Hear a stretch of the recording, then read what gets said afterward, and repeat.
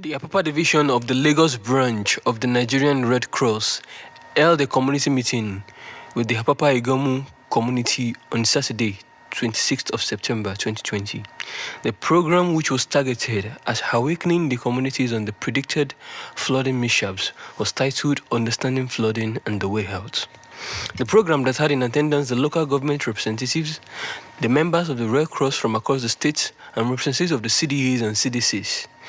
The program was also supported by the African British Diaspora Returnees Organization and the Constituency Office of the Honorable in the Apapa constituency. Contributions from the speakers of the program, including the CDC chairman, amongst others, stressed the need to recycle plastic products, especially with the incentive that the used plastic can be sold for money. They expressed the stressful logistics of evacuation of waste by the government and expressed the fact that the delay in response at times is not always because the government representatives are insensitive. The representatives of the local council were advised to go back to their different areas and pass on the environmental education gotten at the program to those they represent, as the people are their own government that can actually prevent the flooding. There were also reassurances by the government representatives that the process of building necessary infrastructure to prevent flooding, which is gradual, will always continue and progress. This also includes the construction of train transport facilities to reduce the traffic load of freight trucks on the road and make access to the area easier.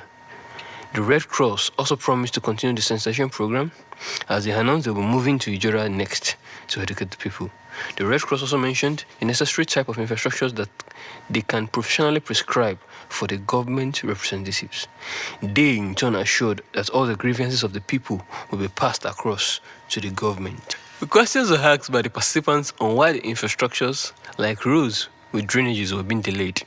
Responses were given stating the fact that the Sanwo-Olu government of the Lagos state just approved the commencement of 377 projects across the 377 wards in the state, which includes 250 road projects. A photo session of members of the Red Cross and all the other participants was followed with interviews of members of the Red Cross.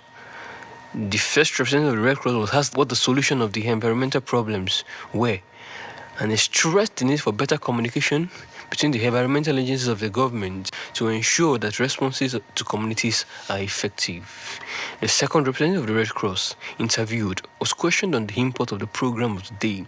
She expressed that the program to sensitize the people on the need to embrace activities that reduces the risk of flooding was essential, as knowledge is the only power of the people against flooding. Reporting, Omole Ibukun.